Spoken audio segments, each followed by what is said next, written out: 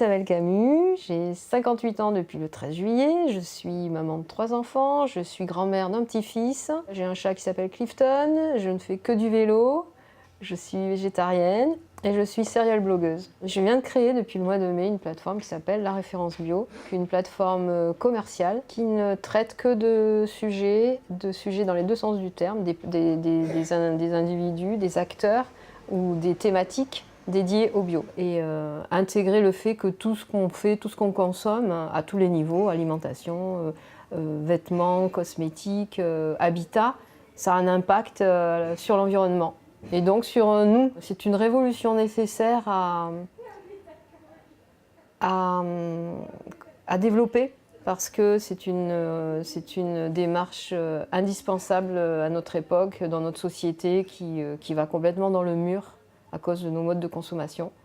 Et donc aujourd'hui, on est vraiment obligé d'avoir une démarche de consommation. S'il n'y a pas le logo, il faut qu'il y ait vraiment une démarche, une traçabilité qui garantissent le fait qu'il n'y ait pas justement d'intrants, de mots en cide, pesticides, fongicides, puisque ça veut dire tuer. Certains justement ne souscrivent pas, ne payent pas tout ce qu'il faut pour avoir ce label, mais par contre on a la traçabilité. C'est vrai que la garantie en fait, c'est pas forcément le label parce qu'il y en a qui dérogent. J'ai fait un article qui explique justement toutes les nuances par rapport au logo, au label, aux appellations, pour expliquer un peu défricher ce qui régit cet univers, ce qui en garantit la crédibilité, la légitimité et le côté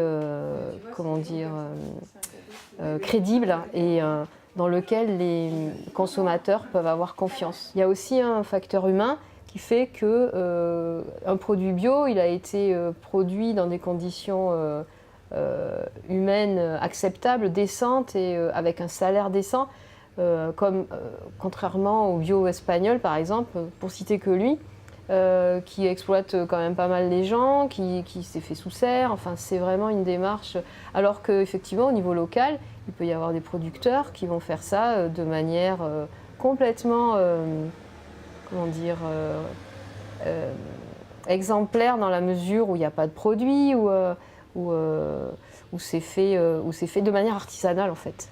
Et c'est vrai que le meilleur moyen de traçabilité et d'efficacité, c'est de savoir qui l'a fait et comment il l'a fait. J'ai pas dit qu'on fallait pacifier. Moi, je m'y fie. Par exemple, je m'y fie évidemment parce qu'il y a quand même un cahier des charges quand même exigeant.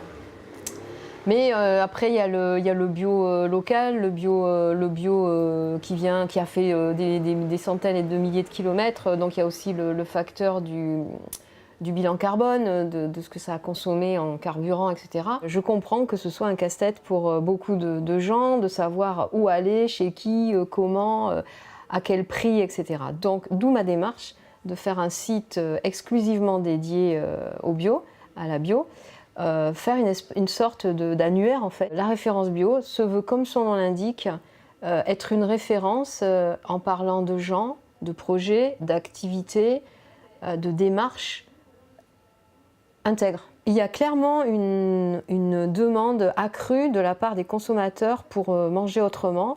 D'ailleurs, aujourd'hui, le problème qui se pose, c'est que l'offre est inférieure à la demande. C'est pour ça qu'il faut qu'il faut se servir dans d'autres pays. L'industrie agroalimentaire s'engouffre dans cette voie puisqu'il développe de plus en plus des rayons de 2 km en bio. Aujourd'hui, le devoir du consommateur et la réflexion qu'il doit avoir et la vigilance qu'il doit avoir, c'est effectivement de voir où ça a été fait, ce qu'il y a dedans, parce qu'effectivement, parfois, il y a des produits véganes, par exemple, où il y a de l'huile de palme. En fait, c'est vrai que c'est un travail de longue haleine, c'est une longue réflexion, tout comme celle de consommer le moins possible de produits transformés, de consommer le plus possible de vrac. Ça demande une organisation, ça demande du temps.